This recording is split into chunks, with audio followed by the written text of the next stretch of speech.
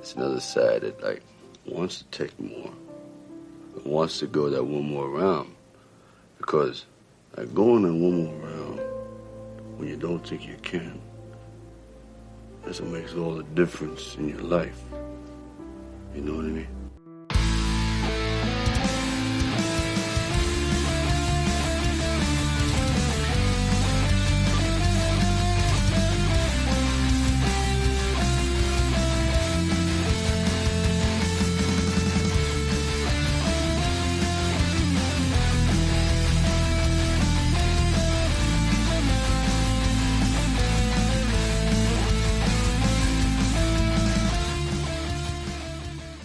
Welcome to another episode of One More Round, the Rocky Series podcast. I am your host, and with me today is Katie, and those who are watching this on YouTube, you're probably seeing an unfamiliar face, that's fine, but maybe not an unfamiliar voice. We have Jared. Jared, why don't you just say who you are and where you're from, and maybe what you've done with me, so the listeners might know this here. Well, my name is Jared Tockstein. I host my own show with my buddies, the Hyperspace Podcasting of the 25th Century. You may have heard me on this podcast network with Ryan on the world's foremost Burt Reynolds podcast, where we've talked about two of Burt Reynolds' late 80s classics, Heat and Malone. Sorry, I don't know why. Yes, it's true. Those are all true words. I mean, yeah. Those are all true words.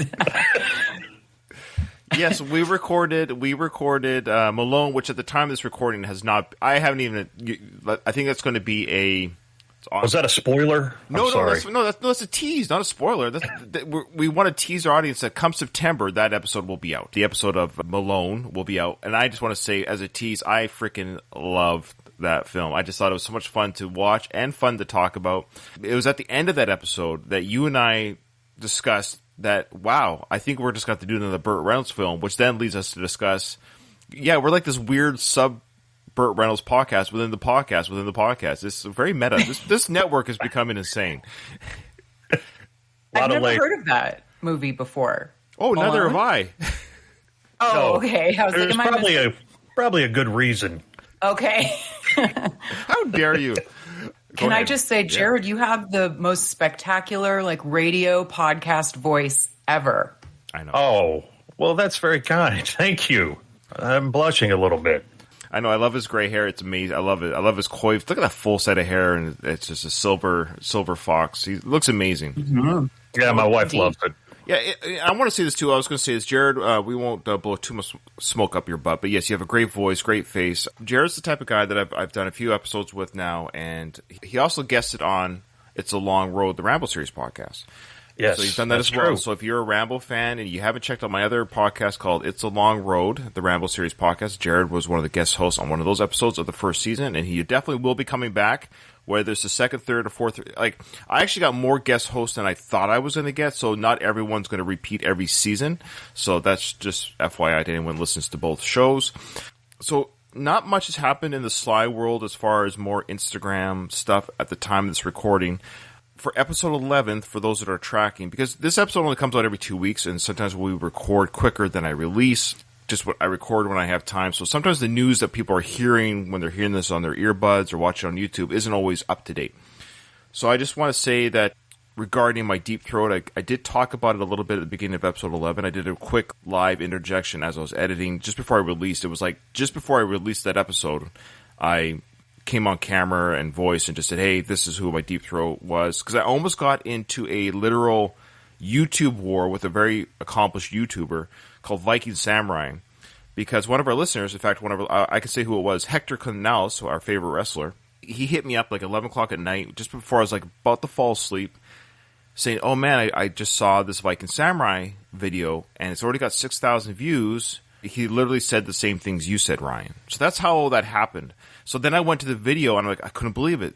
The two things that were brought up were the Bill Chardoff, the son of Robert Chardoff, was that, you know, he's a Sly supporter, but Irwin Winkler has overall rights. So that was one thing. The other thing was the sons, Irwin Winkler's sons, following Sly around the Rocky Balboa set, telling Sly you can't say this, or trying to influence Sly to whatever. I don't know why they would want to make a bad product, because it's still a film they're producing. So all that being said, Viking Samurai brought up those very things. You can't Google that stuff. So at that moment, I thought to myself, oh my gosh, he watched my video that has like 100 views. Nobody watches me. And this guy's ripped off what I thought was like sweet intel or unique intel just to me, Ryan. I thought he'd rip me off. Guy literally wrote on his YouTube page, hey, dude, thanks for ripping me off. You could at least give me credit. Because he also ended that video by saying, wait till you see my next video where I give you more intel about Creed 3. Which, again, on my video, I talked about how in Creed 3, there's a storyline within the Creed 3 film, as of right now, about rape or sexual assault in that film, that it's dark, and that Michael B. Jordan has hit up Sly to please save my film, and Sly has said no. So that's big news, I thought, when I released that on one of my episodes. Anyways, so I thought again, oh my, this guy ripped me off. And I sent him like a nasty gram on his YouTube channel. I went to bed, could hardly sleep. Then I woke up the next day, and I gotta be very careful here I don't say any names. So there's a few people that I have in my peripheral online life that I can talk to about certain things in the Rocky world. So I sent a message to an individual, and I won't even say if this individual was or wasn't the Deep Throat. I gotta be careful. So this individual was like, no. There's more than one person giving this information to other creators. And I'm like, you gotta be kidding me. So I quickly deleted that, quickly deleted my thing I put on my Facebook page, on our podcast Facebook page, where I felt hurt. Then I felt stupid. And then I talked to another friend, and he also has a close connection to Sly. I expressed to him how stupid I felt and all this stuff. He goes, no, how would you know, blah, blah, blah. So that was the journey that Ryan went through. I went from feeling pretty like, now look, I'm not going to say that this person who gave me the information, like, I shouldn't feel special. I just felt uniquely special that I was receiving information that I thought at the time nobody else was receiving. But it turns out other creators were getting the same information. So again, the information I was given was correct. The information I was given, Sly has kind of like unofficially authorized for leaks to happen about his feelings on the matter. I mean, he put it on Instagram, but also regarding the Creed 3 storyline that he's been asked to edit. Those kind of leaks, I think, have been authorized. That's why various creators are giving the same information, because it just helps the Sly army a little bit. But I felt I would say used, but I felt not as special, because I was like, oh, I'm just one of the other. Anyways, I say that just because that's the journey I went through. I don't know. What are you guys' thoughts on all that? When I saw the video that you posted initially, I thought, man, Ryan's got a legit exclusive here. Yeah. A legit scoop. So it's kind of disappointing to find out that this is sort of, I guess, I don't know, is this person leaking to a pool of people to try to get it out there? And I think he or she leaked it out. Yeah, I think people that he still trusted and liked and thought would give it a good representation to the information they were given. Like Viking Samurai is legit good podcast or YouTube channel creator, obviously a bigger following than I would ever have. So the information again is correct, but yeah, I just didn't realize that I would say one of many, but one of a handful. Yeah. Another bum from the neighborhood is all I was going to say. You're just another bum from the neighborhood. Oh, I know. Yeah. Back to Ham and Egger. Ham and Egger status restored. And I guess I wouldn't have it any other way. Oh boy. Okay. Well, let's get into it. Katie, you've got an email. I do. Hi there, OMRP. I just found your podcast, which is exciting as the level of Rocky deep diving is pretty extraordinary. Thanks for all the content to date. Much appreciated and much to trawl through. I was just on one of your live Discords, which was fun. Hopefully we'll be there again when you record live. This is not really a question or discussion point, but thought I would share as about the cinematography of the first film. I directed and produced a feature film, which came out earlier this year. And the cinematography was really inspired by the visuals of cinematographer James Crabe's work on Rocky and Garrett Brown's Steadicam work and John G. Avildsen's direction too. Although my story is nothing like Rocky, it's more of a low-key British mystery drama chick flick with no boxing or stumble-bum dialogue. Yet the Steadicam walking and talking scenes like that of Little Marie ice skating, etc., was very inspiring to the visual style of my film. The crucial scene of Rocky on the bed talking about going the distance, possibly the most important scene in the film, was very inspiring to me from a plot point of view in relation to my film. I wrote/added a scene in reshoots after I'd shot the whole film, as preview audiences felt my lead character needed a little bit more clarification as to her motivations. Like that Rocky scene, she's even sat on a bed having a crisis of confidence in my scene too. Cough, ripoff. It really helped the film and for an audience to understand where she's coming from more. Imagine if that scene in Rocky hadn't been there. As they were close to not filming it, flicking the lights off, it would have made the ending much less inspiring and defeat the point of the film, as he'd still be a loser.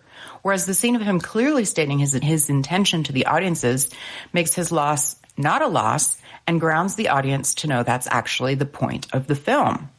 I'm not hawking my film or anything, or comparing my zero-budget drama to the Oscar-winning classic film, but thought I'd give you an insight into some of the creative process and how the film inspired me. Kind regards, Simon Drake. Wow, we have some super talented listeners. Well, his film could be crappy, so I wouldn't give him too much credit. No. That's awesome, Simon. Thank you for sharing. Yeah, that's amazing. I agree. Yep. I totally agree with you that we have a legit filmmaker. So what I love about Simon, because I'm not trying to hawk my film. Well, you didn't, Simon. You did a horrible job hawking your film because you didn't even say what film it was. So I had to what is it? Yeah, I had to do my own research. I had to IMDb this guy and figure, hopefully with the clues that he gave, that it's a British film, it's some crime, and it's a chick flick crime drama or whatever. So the one thing I got was a Simon Drake film directed in 2022 and released in 2022, I should say, is a film called Lost Angel that fits his description. So, but the synopsis here is: news of a death sparks a young woman's quest for justice. So that sounds like what he expressed there. So good for him. This is one of his two films he's directed. He directed another one in 2018 called The Angel on the Ceiling, another feature film. 2 feature films to his credit. So good for him. So he might be an up-and-coming director. I don't know how old he is. He could be 20 or 70. I don't know. So thank you, Simon, for those awesome thoughts. And I always love hearing from people. We haven't got a lot of emails lately. We're speaking of which, Hector Canales, our favorite wrestler, he used to email us all the time. I wondered, did he stop listening to our show? And I was right, he did. Not because he doesn't like our show, but the way he operates, he can only focus on one thing at a time, is what he said. It's weird that way. So he's going to binge us very soon, but he has stuff going on in his life where he didn't want to listen to us because he wouldn't enjoy it the way he would like to enjoy things, so he's going to binge us. So Hector is still aware of our show, obviously, because he emailed me about that Viking Samurai. But anyways, I just wanted to give a shout out to Hector that when he gets to this episode, we love you, brother, and we hope you're well. Okay, remember my last episode, remember on our last episode where I mentioned that Sly liked my Instagram post, and then but then I went back to the Hammer and Ager status where he likes arbitrarily. He likes everything, or he seems to like things that contradict his very mess. Like specifically, he's griping about Erwin Winkler. People are like Team Erwin in his comments, and there's a like by Stallone's account. They're just seemingly random, random at the very least, or contradict. Yeah, they contradict each other. Well, one of our listeners, Gino, he's a listener of our channel. He actually watches the YouTube versions of these channels, so that's kind of cool. We do have a few now that actually go to the YouTube video only. That's how they watch our show, so we'd like to thank those guys. So Gino's one of them, watches that on YouTube. He said that I'm in a Rocky Collectors group on Facebook. I think I've seen that group. It doesn't really interest me. Memorabilia stuff doesn't really interest me. But however, there's a Rocky Collectors group on Facebook. And someone posted their like from Sly. So they'd gotten a like from Sly. They felt really great. And on the comments, there were people explaining that it was all automated. And it kind of hurt the guy's feelings. He goes, yeah, and I imagine it's just a setting in Instagram that people with large followings, like these verified checkmark people, that they can use. So they don't have to actually physically like hundreds of comments or paying somebody or assigning somebody else to do it. So it's an automated system. So that's why often these like comments do seem to happen at the beginning of a post from celebrities. They might have a setting where it's like every comment for the first 90 seconds, 2 minutes. Depends on your following, right? Because you can get a lot of comments can pour in. So people on the Facebook group mentioned that it's probably automated. Gino says it's automated. He says and I agree, there's no chance that Sly himself is physically liking comments. I would say he does comment though on some comments, so people from people that are his friends or trusted sources, he will like those. And every now and then there will be someone's comment who's a little peon like us, that he will comment. So I think if he physically comments on a question or something, that's him. Again, it's near the beginning of the post. But the automated comment whatever that is or however that's done, it makes sense. So people on Facebook said the same thing unrelated to our show to another person. And that makes sense because why would you like my thing and then like somebody who's supporting Erwin Winkler's cause? Not to rain on your parade, I've had a like comment by Sly on his Instagram as well. I was asking him a question about the director's cut of Rocky IV, and I asked him a question, but he didn't answer it, but he just liked it. Sure. I like your question, brother. Yeah. It's a great question. Okay. Yeah. I don't love that setting even exists. It defeats the whole purpose of these platforms is for people to engage, and it's just like vanity engagement then. I don't know. I just don't like that. I don't think I'll ever be popular, but there's I think he listens to the show for sure, but on our Twitter handle, the One More Round Twitter, there's a guy named Joey, and he actually said to me, he goes, I just want to thank you for always answering my DMs. He'll ask questions about Sly or the show or something, and I'll always personally answer him. Now, of course, it comes to the point that let's say we were hugely popular. I wouldn't have the time to answer that same ratio, but he actually says he appreciates it. I think I would like to always kind of be that person, no matter how big we ever got, where we could interact with people and say, hey, we're just ham and eggers. We're all ham and eggers, right, at the end of the day. And I don't like it when people forget that. So Donald said here in our chat, on our Discord chat, he goes, I appreciate him saying this. He goes, you're still one of a handful of people to hear it first, Ryan. Sly is still reeling as far as damage control goes. So that's nice. I appreciate that. Mm-hmm. Louise says, it's a BS system, but you always go the distance in our hearts, Ryan. Oh, thanks, Louise. Okay. Aww. All right. And then Donald says to you, Katie, well said, Katie, what's the point of a verified account if bots are doing everything? Yeah. Silliness, I tell you. Before we get into today's episode, I wanted you guys to remind me to say something about... Yes, I was about to remind you. Jared, I actually have no doubt about that. I just happen to remember. I have a little bit of scatterbrain. Katie knows this. Well, Jared, you listen to this. Actually, I want to say, I'm a little bit, I don't know why I'm nervous, but Jared actually listens to the show. Katie, you've read his emails on our show. This is amazing that he's guesting. I don't know why I feel nervous. I know, he's like the legit podcaster too. Well, like, yes, great. I got to say, last week when Mr. Juergens contacted me, he said, would you be interested in co-hosting the podcast with Katie and Ryan? And I sat there for a minute and I thought about it, and I was like, no. Those guys are the best. I'm just a ham and egger. It wouldn't be a very good show. Oh, and he goes, my God. Jared, do you believe that America and Canada is the land of opportunity? And I said, yeah, I think so. And I thought about it, and, here I am. I decided to take the shot. Oh, we appreciate it. Yeah, we fired Kyle. Again, I think this is his fifth firing from the show. I think we've let him go. I don't know how many times have we let Kyle go, Kyle's been here since the beginning. He's been here since, going the distance, like episode 5. He guessed it. Isn't that weird? He's not able to be here today. He's actually recording, I think today with Seiko is what happened. He's doing a Karate Kid episode with Seiko. Okay. And he's nervous.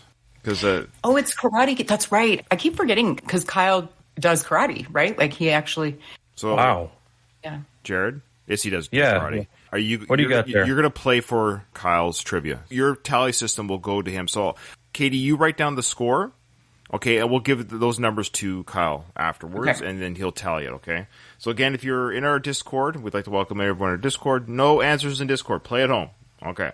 If you want to join our Discord, come to the show notes, join our Discord. You can watch this stuff live and check all the stuff that Ryan... here's, for example, our last recording was an hour and a half long. Me, you, and Kyle did, Katie. And the episode was an hour 12. So I cut out 18 minutes of, some of ums and ahs and us stepping on each other, whatever, to make it a smooth show. But there's stuff that I cut out where I'm like, I don't know if I want other people to hear that. So Discord people do get some legit, raw feelings or emotions. I've cut out, obviously, arguments that we've had sometimes, but some things I've cut out where it's like, it's hard to explain. Because when you listen to it again, when you're out of the moment, you think, okay, the listener might not want to hear that discussion, but the people in Discord get to hear stuff that the iTunes listeners don't. Well, I got a question. So what am I supposed to do if I'm not... You write down the answer. That's it. So we're going to give you the point. Do you not listen? I thought you listened to our show, Jared. Do you not listen to our show? I do. Okay, so I'm sorry. In our Discord right now, we have Rocco, who was 12 years old when he wrote this book. That's amazing. Yeah, it's awesome. Some of the questions do read like a 12-year-old. No, I'm joking. I love you, Rocco. Okay, so... Oh, man. Ryan's on one today. Good grief. This episode's going to be like 8 minutes long with all the offensive things you cut out of it. Right. Yeah, it's Kyle that usually rags on Rocco. Poor Rocco. We love Rocco. He's a great supporter of the show. We love him. Okay, question 26. What is the name of the ring announcer? So I would assume the end of ring announcer name. So it's what is the name of the ring announcer? I assume it's the final fight. Okay, question 27. What animal cages does Adrian have to clean in the basement of the pet store? Gloria says, hey, go down and clean the blank. 28. True or false? Adrian is the owner of the pet store. 29. What year did Rocky win an Academy Award? Question 30. Who says don't leave town? I'm feeling pretty confident about those except for the first one. I'm not going to lie to you. I think I might even have the first one. I don't know. I think you're overcomplicating that first one. That's just my opinion. The name of the ring announcer. We don't say it now, do we? No, we wait till the end. I have my answer, and I don't know if that's what you guys are referring to. Am I overthinking it? I could be. Oh, so Rocco says he was almost 10 when he wrote. He was 10 when he wrote this book. Oh my God! Wow. Man, is he going into college next year? That kid? I know. He's like Doogie Howser this spring. I know. Yeah, well, good job, Rocco. Wow. Rocco, we appreciate your support of our show and everything. And his father, E.M. King, is his father. He's been listening to Going the Distance since the beginning. So, put it this way, I started podcasting when Rocco was 6 years old. How's that for a little bit of trivia? You can put that in your next book there, Rocco. How old was I when Ryan started podcasting about Rocky? All right, so I think that's everything. That's all the business. So, let's get into the film. So, we're at the part here where Jurgens is offered the opportunity to fight Apollo on the main stage. Jared, do you want to speak to this moment, though, before we move on? Like, what are your feelings on this moment in the film? I think you guys said it well in the last episode. I think we know that. We want to hear some unsound thoughts from you about that. Oh, man. I think it's very well played and pretty realistic, because if you, as a regular person, are put in that situation, I think initially your reaction is going to be to just step away from it. No, I can't. This is too much.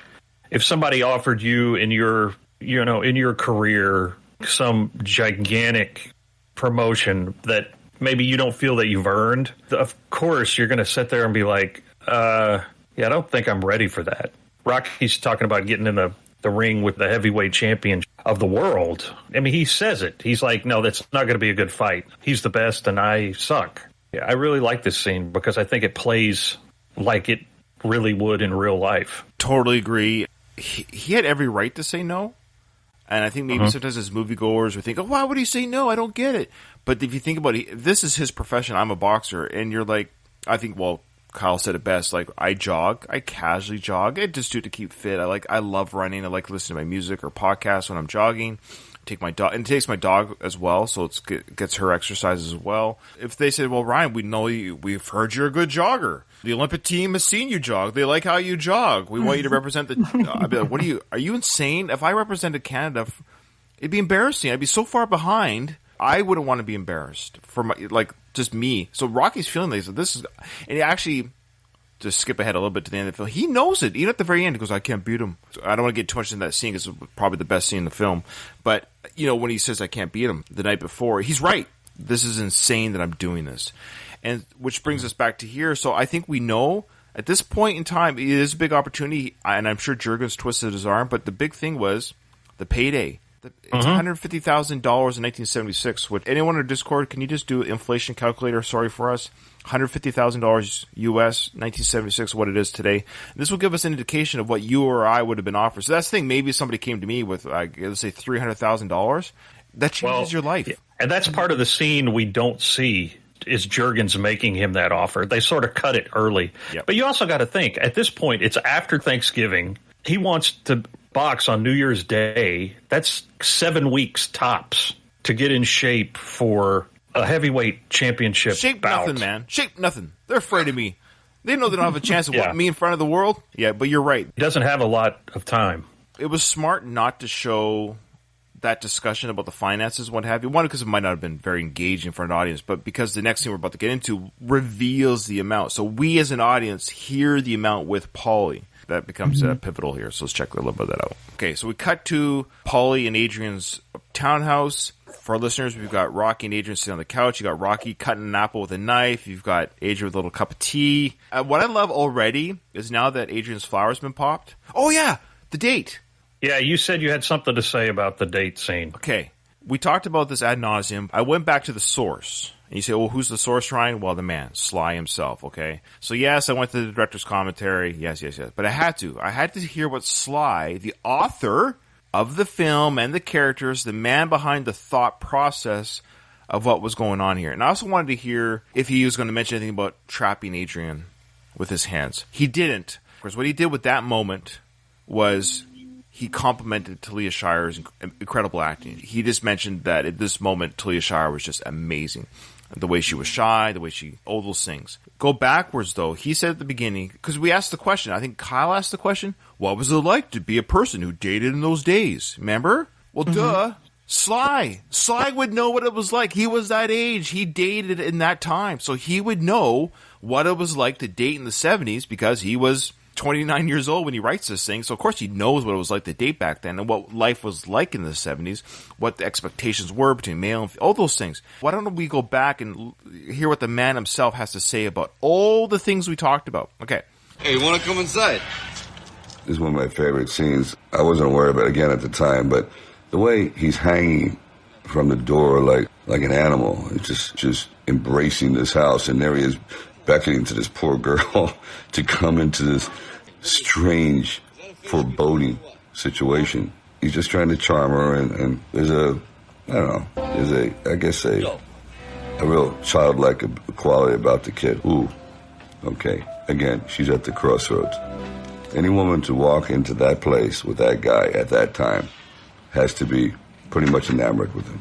Talia was great in this scene, too. She is, you can see that she doesn't want to go an inch more than she has to. She walks in there, and boy, the charm from outside just disappeared. She's in a hellhole. Rocky's putting his hat on a bayonet, his jacket on a machete, and in 2 seconds, he's down into his tank top. I could go for some music. Flips on the records, romantic music, and they're not there for 12 seconds. But his childlike side kicks in with, first thing he talks about her, like, not a drink or anything, look at my turtles. Her body language, the way she's just standing there, immobile, like a little old woman, it's just paralyzed. The couch is something that I think would need a polio shot. The couch is diseased. Beer bottle stuck in it, whatever. He goes, come on over, it's a nice couch. Even she has to, like, almost laugh at this. It's like, come on, really, gotta get out of here. But slowly she's being somewhat lured into, she loves the guy. He's the only man that's ever given her any attention, but she needs one more moment, another hook to pull her in. She's being torn in 2 directions, and this is her old sensibilities. This is her guilt. This is her Catholic upbringing, saying, I got to get out of here because this goes against everything that I've been brainwashed into believing. And Rocky's just having none of it. He knows if she leaves, for him, it's like, it's over. It's a crushing defeat for any chance of them falling in love. He probably hasn't had a girl up there, maybe ever. Nobody says all men's apartments are the same. It's like, I've never been in a man's apartment before. It's like, he's doing anything, saying anything that just doesn't want to be abandoned. I don't feel comfortable. See, this I think is really great, very honest. He's not comfortable either. She's not comfortable, but let's make the best of an uncomfortable situation. Don't go, please. Don't go. This is maybe the best acting in the movie. Talia Shire just goes through 50 emotions without leaving that spot. If anybody ever wants to really study acting, just check her out in this scene. The longing, the desire, the fear, the anticipation. She's never been kissed. Great. Just a nuance. Mm-hmm. There you go. So all the things we brought up were true. She was totally enamored by Rocky. She wanted to be with him physically, but her hesitation had nothing to do with her physical safety. It was a religious upbringing. And Sly actually says in the commentary of being brainwashed. So at that time, at least when he did the commentary, he mentioned brainwashing because of religion. Interesting. So I think he's a spiritual person. I just don't think he's a religious person. Yeah, that doesn't surprise me. She's enamored by Rocky. She wants to be there. They're both nervous. Oh, he also mentioned that by Rocky saying, well, I don't feel so great too, or I'm nervous too. That was him showing his vulnerability. They're both just equally as nervous. Yes, Rocky's not a virgin. She is. Oh, he also mentioned that was her first kiss. That's the first time she's ever kissed anyone. Oh. We kind of assumed that, but that's good confirmation. When Paulie brings up that she's not a virgin, that is insight into his character because he knows that probably bugs her. That's something he can use against her. Like, hey, you're not a virgin, because he knows saying that's going to cut her. And the only reason why Paulie's not a virgin is because he's either paid for it or the person, of course, or the person that he's been with is an absolute beast. Yeah. All right. Now check this out. Okay, here we go. So Donald looked up the math for us. $150 today would be worth $780,000. Wow. Change your life. For one fight, that's a lot of money. So if somebody said, Ryan, I'll give you $780,000 US dollars for me, which would be close to almost $1 million Canadian dollars, to run it for Canada, do one race, represent Canada for one race, and you're going to look like an idiot. And they'll be, okay, now we're talking. See, now I'm thinking, now I'm reassessing the deal. Absolutely. Of course. I mean, maybe I'll train a little bit harder. I've got 7 weeks to get a little bit better shape. But yeah, for $1 million, that would help my family out a lot. Okay, so I want to get all the information out. So I think that's good. Yeah, the author himself said Adrian wanted to be there, so enough with this entrapment crap. Yeah, okay. And it was religion. And he says she was brainwashed, so Rocky snapped her out of it. Because when you see this next scene, I want to bring all that up, because when you see Adrian's is bubbly, and she's so... I am totally a different Adrian. You'll notice how confident she is, and just how... And she stands up to Paulie. We'll get to that. Okay, here we go. Paul's here with Rocky, and Rocky's wearing his only nice sweater at this press conference. They're at this little podium here. It's on TV, and they're all watching this TV coverage right now. Rocky's done this earlier in the day, so they're now watching the broadcast on TV later in the evening. So Rocky's gathered everyone around. Hey, guys, you're going to see me on TV. And Paul says, all right, fellas, that's enough pictures. So now here we go. Pictures. We want to ask Apollo a few questions. Apollo, how do you like the city of brotherly love? Well, just being in Philadelphia makes me feel patriotic. Beautiful people in a beautiful city coming up to me on the street wishing me the best. I love my Philadelphia brothers, and I'm proud to be an American. Apollo, why did you agree to fight a man who has virtually no chance of winning? Look, if history proves one thing, American history proves that everybody's got a chance to win. Didn't you guys ever hear of Valley Forge or Bunker Hill? Boy, Carl Weathers, I mean, his ability just... So the reporters are asking very good questions. They're saying, why are you fighting somebody who... Let me look at this guy. He's shorter than you. He's obviously not a professional like you are. And the same kind of... Like his record... I'm sure the record's probably public now. His boxing record's not very good. Why are you fighting somebody that has virtually no chance of beating you? Like, why are you doing this? You're going to humiliate this guy. Why are you doing this? But I love how he doesn't undersell Rocky. He's like, hey, anyone has a chance to win. And that's what I love about Apollo. He's always been... He's promoting himself. Yes, he doesn't want... But at the same time, he's not saying, yeah, I'll destroy him. Not to the public. He knows he can. He said it to his people. But to the public, he's selling the fight. He's a businessman. And Carl Weathers, he's just a dang movie star. Yes, that's a good way of putting it. He really does have that charisma it factor. Yeah, he's amazing. Yeah. Heard of Valley Forge or Bunker Hill? I didn't Google it. I almost did. But what are those? You know what they are? They're battles in the Revolutionary War. I figured they were bad. Sorry. Or American history, Ryan. Yeah. Sorry, as a Canadian, I apologize. I know. I figured they were probably, what do you say, Civil War, were they? Or Revolutionary War. Revolutionary. Okay. Do you guys recall what the victory was? Or were these like against the odds type victories? Or? Well, I know in Valley Forge, it was Washington was drastically outnumbered by the British, and they won. Bunker Hill. Listen, I was told there would be no math. I don't know what. Yeah, these are hard questions, but yeah, I honestly don't recall either, but I would imagine just based on the context that, yeah, it was sort of like a David and Goliath type situation. But yeah, first of all, I'm glad you brought the sweater up because I fucking love his sweater. And I love how these are just like such little details. The way he's eating the apple with the knife. Who would have thought? That's just like such a mundane but normal thing. Like I never just bite into an apple. Ever. Really? Yeah. Oh, it creeps me out to like have to bite and no, I have to cut it too. Oh, wow. My kids are the same way. Katie, you're like my children. Oh. Yeah, I just get in there. I just go for it. Jared just likes to put his mouth on it right away. No prep work. Wait a minute. What are we still talking about apples? Okay. Yeah, Apollo, it is a coincidence that you're fighting a white man on the most celebrated day in the country's history. I love his response, but what is that question? What is the meaning of that question? I know it's the 70s, granted, but what is the meaning of that question about fighting a white man. Again, is this American history that I'm not aware of? I know that would never be asked today, but in the 70s goes, why are you fighting a white man on the most celebrated? Is it the most celebrated day in the history because it was that year your country becomes 100? What was it, 150 or something? Or 200. 200, the bicentennial. Oh, okay. Mm-hmm. And I think that you guys even maybe discussed this going the distance. Well, it's probably unusual because it's what is the most celebrated would be July 4th. Yes. Not January 1st. So that's always been a little weird. And honestly, I don't know the black-white thing. I don't know what that has to do with it.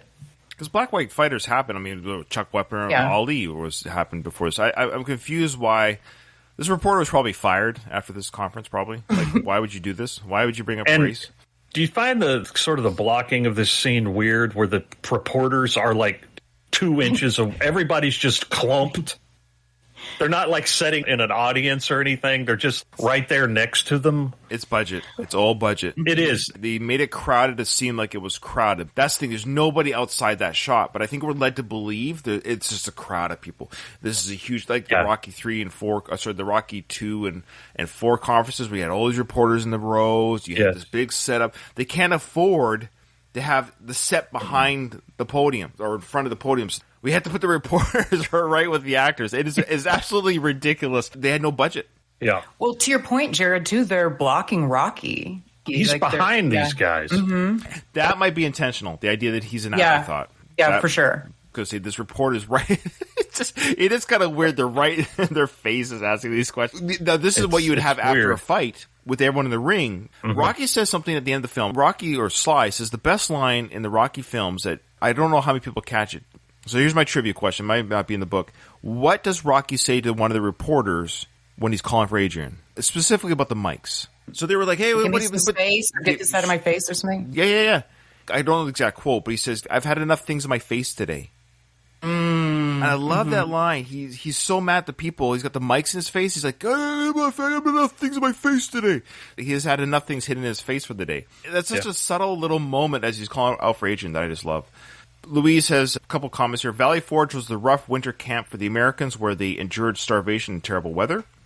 Okay. Bunker Hill was the first real battle of the American Revolution. The Brits thought they would just run through the Americans, but ended up with a very hard-fought victory that set the tone for the American resolve throughout the war. There you go. Wow. Well, thank you for bringing some knowledge to the podcast. Thank you, Louise. Thank you, Louise. And Donald says that maybe it refers to the rise of black people in the 70s regarding the the black on white stuff. So that guy was a racist, essentially. That's what. Yeah. But then I love Paul's comeback. Great comeback. I don't know about that. Is it a coincidence that he's fighting a black man on the most celebrated day in the country's history? Right on, Paul. Tell the truth, brother. Right there. Look at right on, Paul. Tell the truth, brother. Did you guys ever catch that before? No, I don't think I did. I'm too busy looking at Rocky and Adrian's interaction. And that's just it. And that's what I love about the captions. I always recommend if you're a movie fan of whatever movie it is, and you haven't seen that movie with captions on, but you've seen it a million times, whatever, whether it's, I don't know, Friday the 13th or whatever the film you think you know, watch it with the official captions from the film, from the DVD or from Netflix or whatever. You'll be surprised at how much subtleties you've missed because you're watching Rocky and Adrian at that response and them laughing. So you've missed the dialogue of basically it's Apollo's people saying, right on, Apollo, tell the truth, brother. Obviously it's probably not the white reporter. it's probably Apollo's people. Look at this, the frame that you paused on. Mm-hmm. Look how she's looking at him. Mm-hmm. He's very excited. She's just kind of giving him a glance to see how he's reacting to this stuff. I think that's a great little freeze frame. It is wonderful. I agree. Look at her shirt there. It's kind of buttoned down a little bit closer to her cleavage. She's just... Well, they may probably making out on the couch before they started watching. That's true. She took off her 19 sweaters. Yeah, I mean, like, they just share these little glances without saying anything, and she's so proud to, like, she's like, I got a man, and he's gonna... I got a man, and he's also going to be, like, kind of famous. And to her credit, she banged Rocky before he got this big deal. So you can't say that she chased Rocky. She locked him in. Yeah. Yeah. That's true. Louise here said that busted women are frisky. What women are frisky? Busted. Oh. Come on, Ryan, do it. You do it. You do it every episode. Yeah, right now, Adrian's definitely busted. I can't. I wonder how many people caught that. That's what he says. Paulie says, I can't haul meat no more. You don't make that out without the captions. I can't haul meat no more. I like that noise he makes. Yeah. What does the hauling meat have to do with anything? I have no idea, but apparently Adrian's virginity is somehow tied to Paulie's ability to haul meat. I'm not sure. Oh dear. Look, this movie's flawless, but it doesn't always make sense. I'm sorry. Slop. Yeah. We should also say to listeners, of course, we got Paulie drinking beer, and he's just squished a can too, by the way. So this is probably not his first beer, and he's just like slouched right down in his chair. He's just looking like...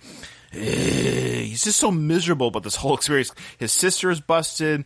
Rocky's got this great opportunity. He's still working at the meat plant. He can't haul meat no more. He knows that. He hasn't announced it to the crowd, but he knows it already. He can't haul meat no more. So that's why it will come up when he's like, you need any help with anything? Here we go. So, listen, Apollo, tell me, how do you feel about your challenger? How do I feel about it? Yeah. What do you mean? Come here, Rock. So he's bringing him to the forefront. Come here, Rock. So he brings Rocky forward. My main man, he says. My main man. I love this. Got his arm around Rocky. Main man. Rocky, ain't you Italian? Yeah, I'm Italian. Well, now, what does that mean? That means if he can't fight, I bet he can cook. Could that be said today? And I'm wondering, and I don't mean that as I don't want to get into the whole woke stuff, but is that an insult to say that Italians could cook, or is that a bad thing? I don't even know. It's a stereotype. I don't think it's a bad thing. It's a stereotype, but it's not a negative stereotype. But it adds nothing, in my opinion. Like, it's like a neutral thing, in my opinion. Oh, I just recalled that it wasn't necessarily black-white, but the heritage is brought up. Apollo particularly wanted to fight. The man who discovered America is Italian, and so if I get it on with one of his descendants or whatever, so it's really more like the heritage is the play, not black and white. So I don't know why the reporter asked the black and white thing, but it was Italian. Italian was important. Yeah. And some Italians don't consider themselves necessarily the white the way maybe I would. I listened to a guy who podcasts, he's Italian, and he actually said that. Like, he doesn't think of himself as quote-unquote as a Caucasian. Michael Imperioli said that, too, who was Christopher in The Sopranos. Oh, right, of course. Okay. Says that he, like, you know, when you have to check a box, he puts other. Oh, okay. There you go. Wow. Okay, here we go. So here's Paulie, and now he's looking at the screen. He's kind of smiling. He's got a couple beers in him. Do me a favor. His lungs punch out. So there's our first indication with Paulie's hatred of Apollo, right there. Do me a favor, his lungs punch out. Why does Paulie talk like Yoda? Yeah, exactly. His lungs punch out.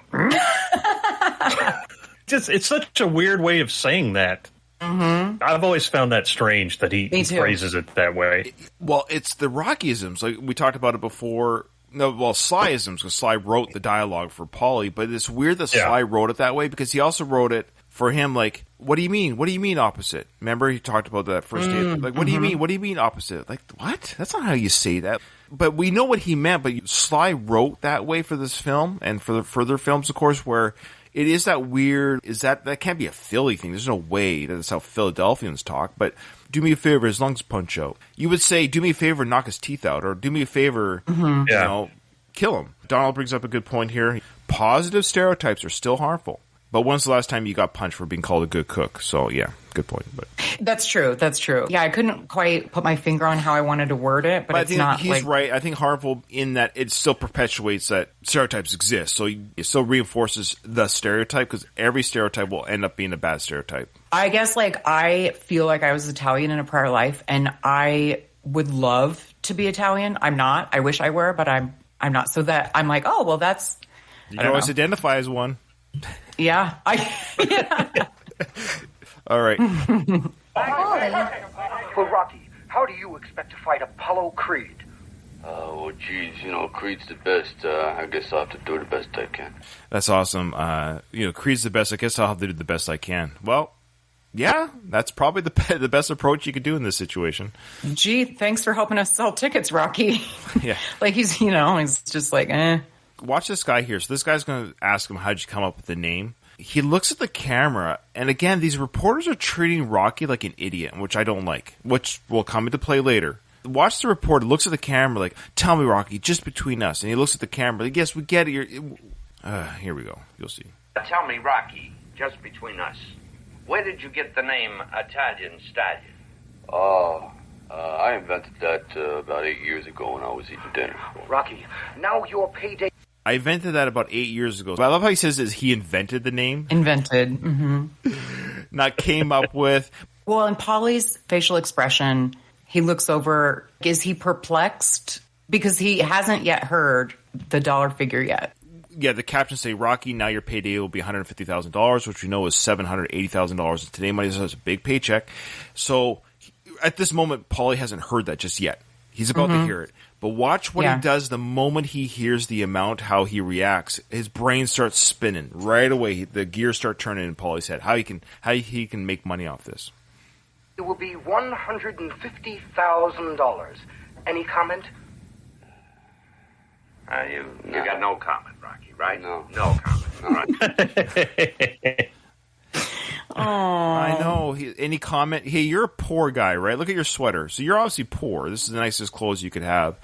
Any comment? What's wrong with the sweater? Why does everybody No, nothing. put the sweater down? I love the sweater, but it's indication that he doesn't have a suit. Is that what you meant? Yeah, like this is the best he's got is a sweater. Okay. Yeah. Yeah. The thing that's so great about this whole scene is that it gives you a lot of information about these two guys without doing a whole lot of work because, you see Rocky at this press conference. He's obviously uncomfortable. Apollo does these things in his sleep.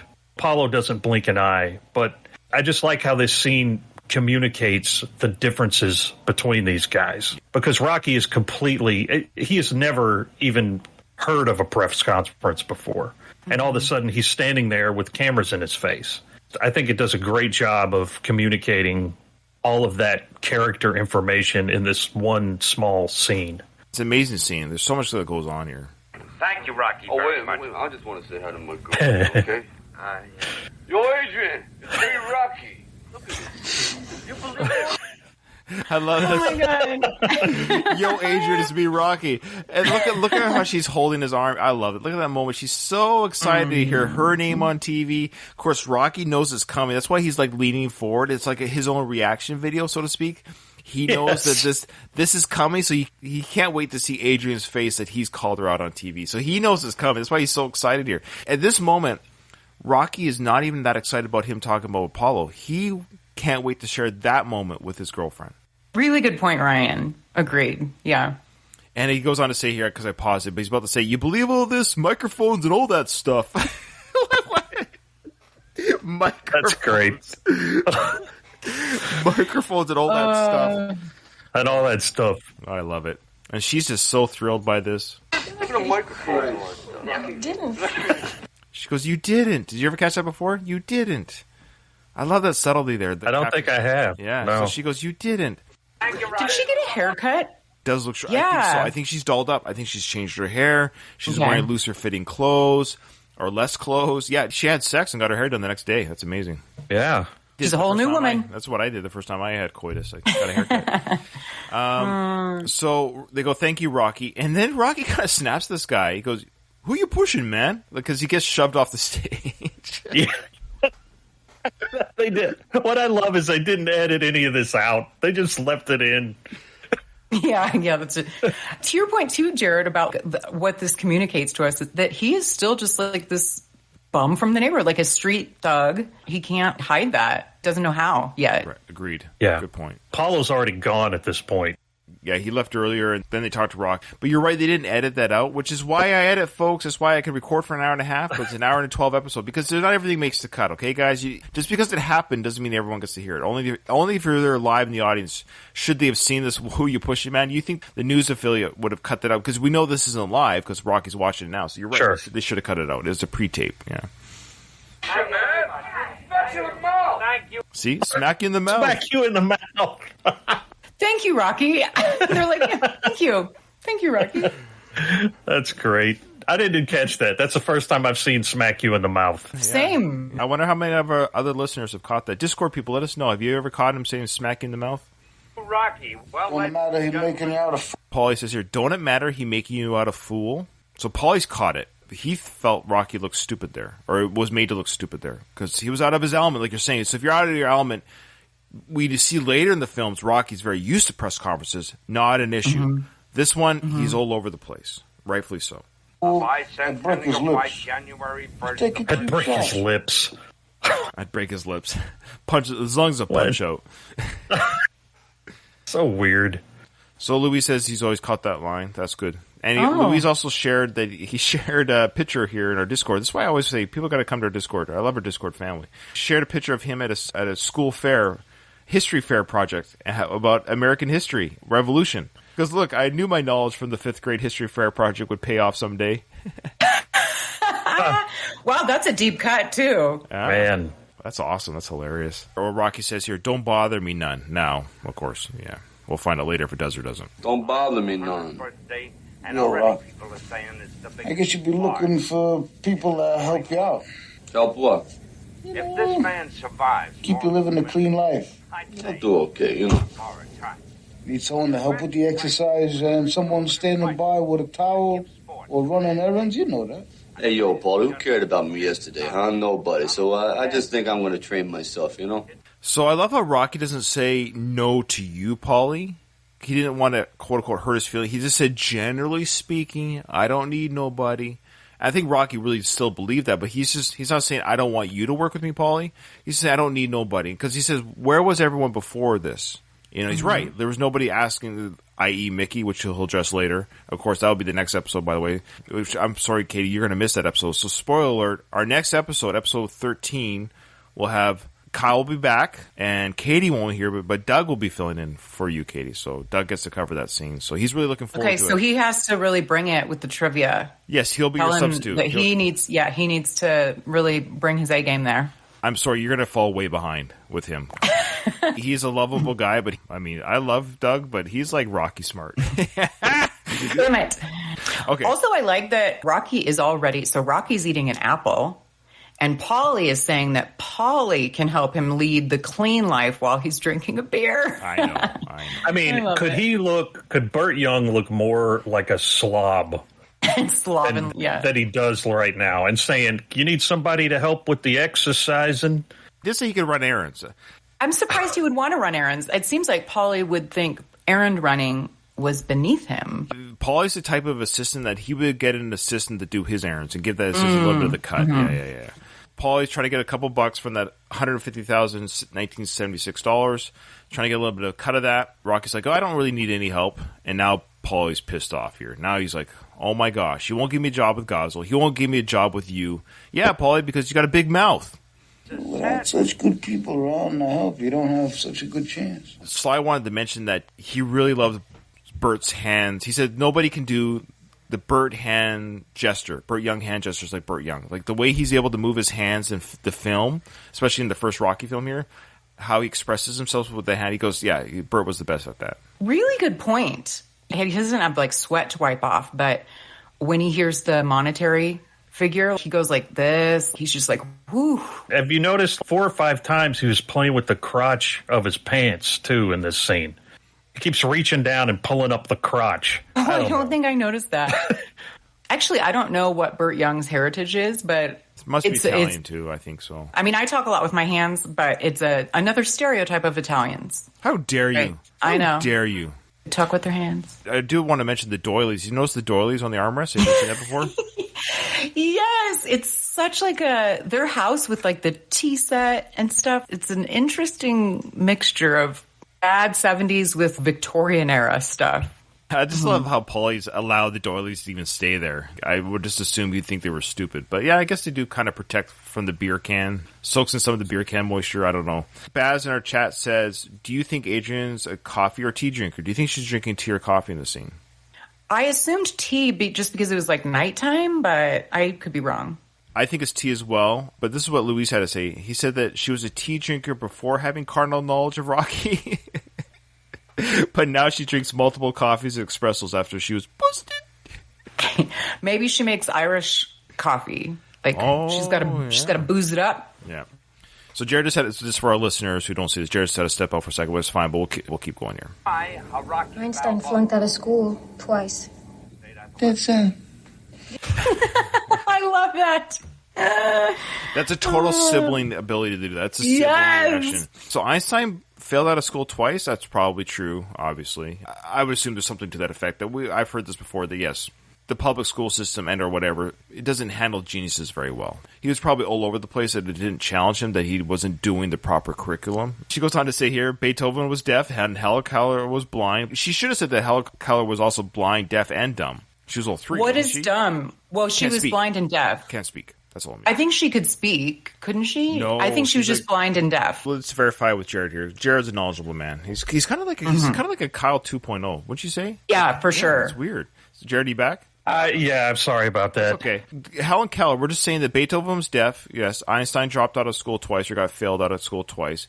But she says here that Helen Keller was blind, but she was also deaf. I believe mute is what she was blind and deaf. And I believe she was mute as well. All right, here we go.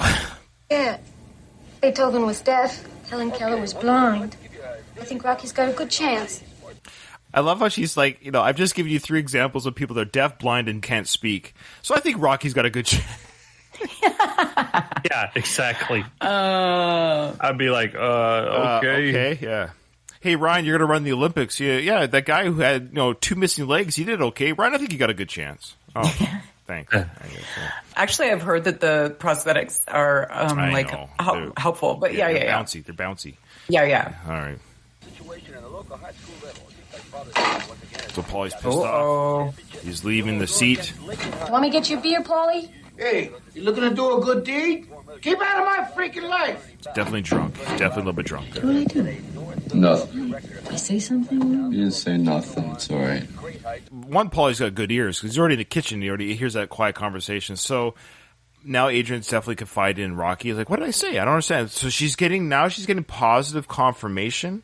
Rocky's pulling Adrian away from Paulie, which is a lot of his anger is coming from this because his enablement is coming from Adrian, right? He is the way he is because Adrian didn't really stand up to him just yet, and we're going to see later, of course, in the film where Adrian really stands up to him because she's getting strength from Rocky. She's starting to realize I'm not the problem. This guy is mentally dysfunctional, an abuser, an alcoholic. It actually isn't me. I've been a victim of this guy, so she's starting to get strength from Rocky. She's saying, "Am I saying anything wrong here?" And Rocky's saying, "No, you're not saying anything wrong." That's right, you didn't say nothing. Nothing at all. I love his hands. You see his hands there when he does that gun pointing figure with his hands pointing down. You see nothing at all. I love the way he does his hands. I love that hand action.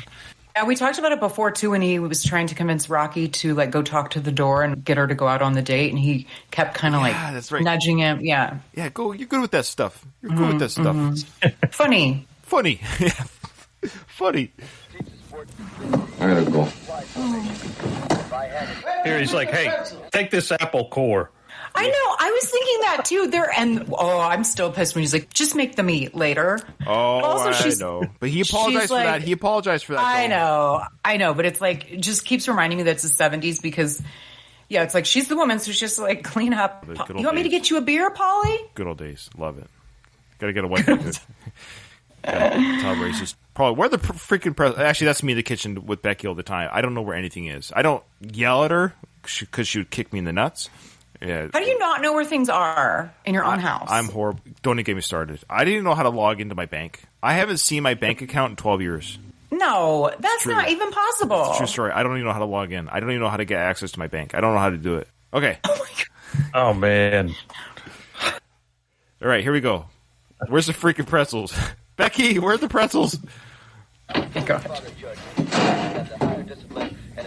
Rocky's leaving. I love in the background. He's like, Paulie gets so mad about the pretzels and the beer. Listen to the chatter here. I got the pretzels. Hey, didn't have any beer. I thought you were supposed to pick up some beer. So he's yelling, you can't find the pretzels. There's no more beer. You drank it all, you moron. That's yeah, fine. Exactly. Now, you notice how they're quote-unquote cold outside? You see that, how they're cold? And it's supposed to be November, right? Yeah. I'm not sure when this was filmed exactly, because there have been some cold scenes, per se. But what do you notice on the fence there, folks? What do you notice that red there? See that red? Is it flower? It's flower blooming. Roses. Do roses bloom in November, December? I don't know. Good eye. Thank you. How'd you like hearing your name on TV tonight? I was shocked. Why'd you do that? Well, you put me on, right? Absolutely. Now, explain that exchange there. The way she says it, is she showing her dry humor? Because that's dry humor. I was shocked. Why'd you do that? Now, that sounds like she was angry. And then Rocky says, you're putting me on, right? Like, are you teasing me? And then she goes, absolutely. So is she, I don't know, or is she really mad that it happened? I don't really know here. No. She's showing her sense of humor there a little bit. Okay. That's how I take it. It's weird, but it's a strange exchange. It is for sure. strange. That's exactly. Yeah. Because if she's being funny, he isn't laughing. If she's not being funny, why is she upset? Because she laughed in the living room. So the evidence in the living room indicates that she liked it. I was shocked. Why'd you do that? I think she was still like, it was cool. Why'd you do that? But I don't think she was angry. But then I don't really get you put me on, right? Like, I don't know.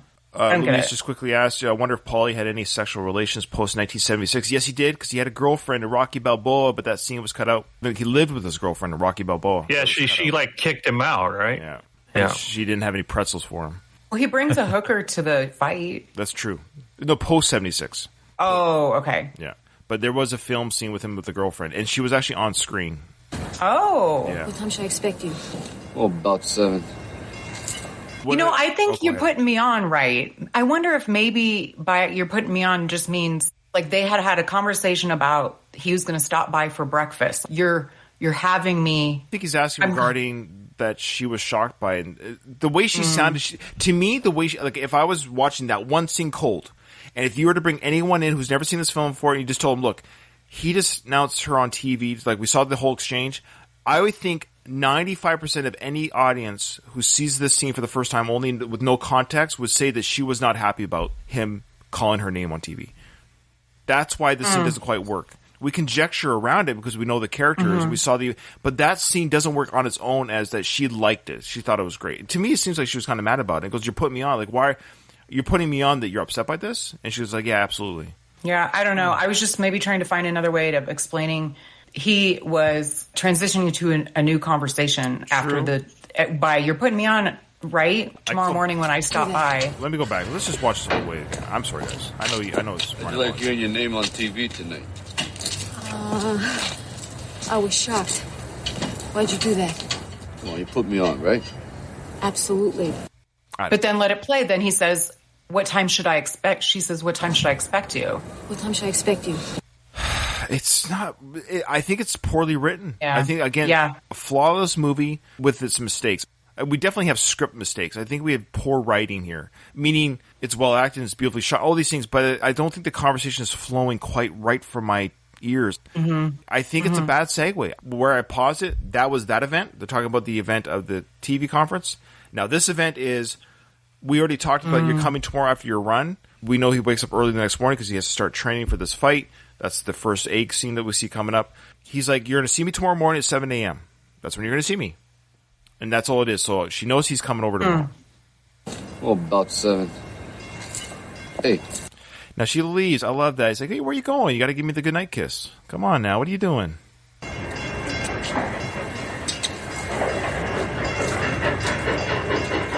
Train.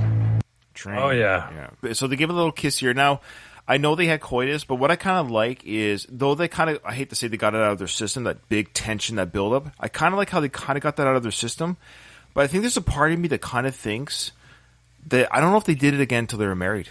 I wonder how active they were before their marriage, because that kiss there indicates kind of like now we're back to boyfriend and girlfriend, that we're just starting to date. I think they've kind of slowed things down a little bit. Yeah, I guess I just thought it's like new relationship awkwardness, maybe. Yeah.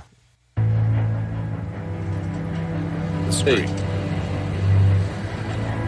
You know, I said that stuff on TV didn't bother me none. Yeah? It did.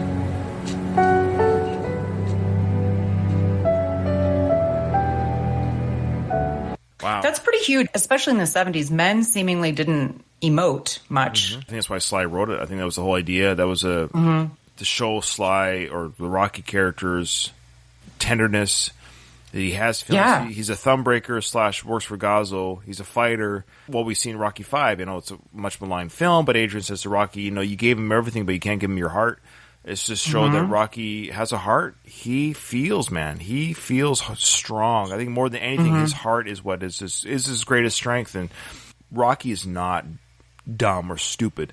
That he is catching the subtleties. He is catching the mocking. He's just not confrontational. So at the same time, he's kind of like, it rolls over him to a degree, but it does hurt him.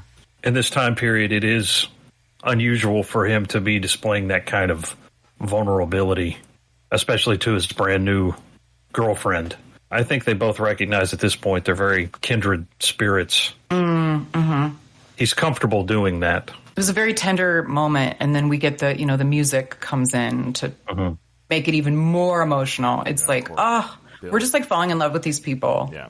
Yeah. And I love the shot of it, too. It's a real close-up on the side profile of Rocky's face with Adrian blurred in the background. Then Rocky walks away, and Adrian comes into focus. And she's like, boy, my guy is more... She's also seen that, too. Like, he is a tender man. Yeah. She hit the jackpot. I'm sure this won't come as a surprise to you guys. Not that I speak for all women, but most women, their dream man is like a tough guy with a sensitive side. Like, we want both. Yeah. I got one of those things. Yeah. I'm not the tough guy. For me, I would be like, dude, I literally hit the jackpot. He's hot, he's fit, all of the things. He's humble, he's smarter. Yeah, and now he's also super sensitive and loving. Love it. Love it. We know, yeah, it's great. Lastly, from our Discord, I want to thank everyone that's joined us today. We had a few people in today. It was good to see. Baz says he thinks Rocky's been put down a lot in his life, so he doesn't quite know how to fight back, so it's just easier for him to be in on the joke. That's a really good point. Yeah. All right. Are you guys ready for your answers? Ready? So, Katie, do you mind keeping score for the three of us? Yeah. Okay. So, again, Jared is filling in for Kyle. So, I'm sorry, Kyle. But Doug will be doing it for you next time, Katie. So, I'm sorry. You'll probably get 0 out of 5 next week, Katie. I'm sorry. I can't wait for Doug to hear this. All right. Here we go. So, what is the name of the ring announcer? Now, is he just referring to Jurgens as the kind of the MC of the fight? Is that what he means by ring announcer? Or is he talking about the play-by-play guy? See, the ring announcer is, to me, the person inside the ring announcing outside the ring, or is it the person seeing the events in the ring play-by-play? I didn't think it was the guys who are calling the fight for the radio or television. It's the guy saying, like, weighing X amount in this corner is so-and-so, and this corner is so-and-so. Like, that's who I assumed it was. I know Jurgens does talk about, we just witnessed the greatest fight in the world. Kyle's actually got that memorized, I think. Anyways, so I put Jurgens, and I don't know what his answer was. What did you guys put? I put Leroy Neiman. I put Jurgens. Wasn't Leroy Neiman in one of them? I couldn't remember. Like the painter? Yes, yeah. He's in one of them. I didn't know if it was this first fight or in part 2. He ring announces the charity fight in part 3. He announces he is the winner in part 5. Okay, so here we go. Question 26 is Miles Jurgens. That's what he's referring to. Okay, well, you guys got it then. We just witnessed the greatest event. All right. All right, so 27. Okay, what animal is the cages that Adrian has to clear out? Cat cages. Cat cages, yep. True or false, Adrian is the owner of the pet store?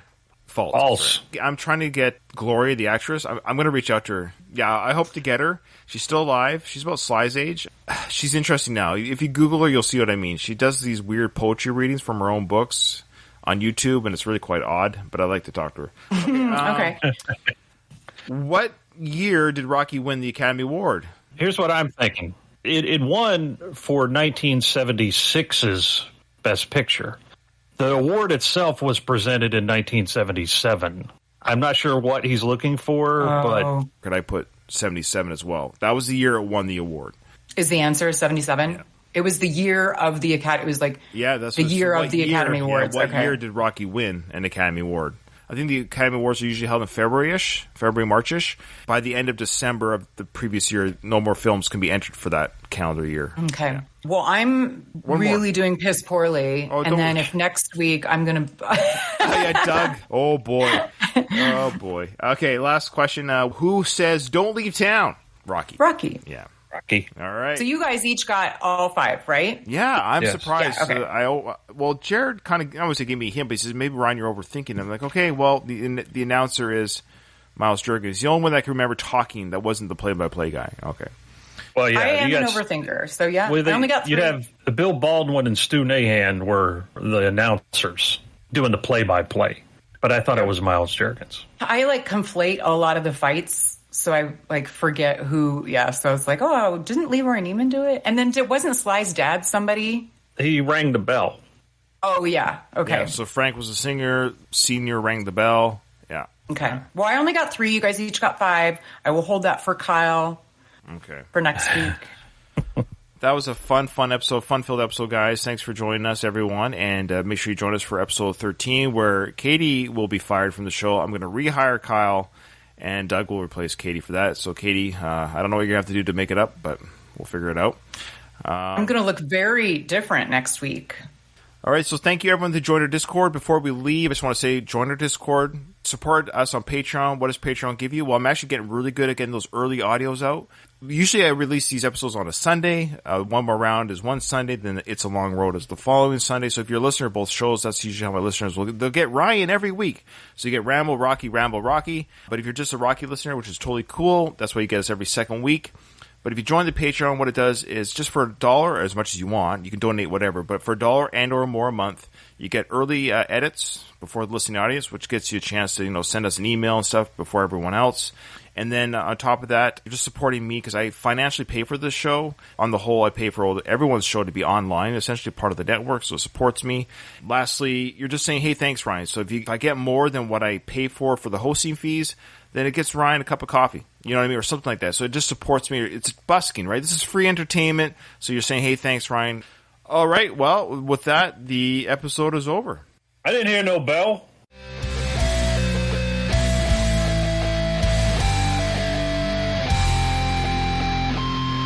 I just want to say one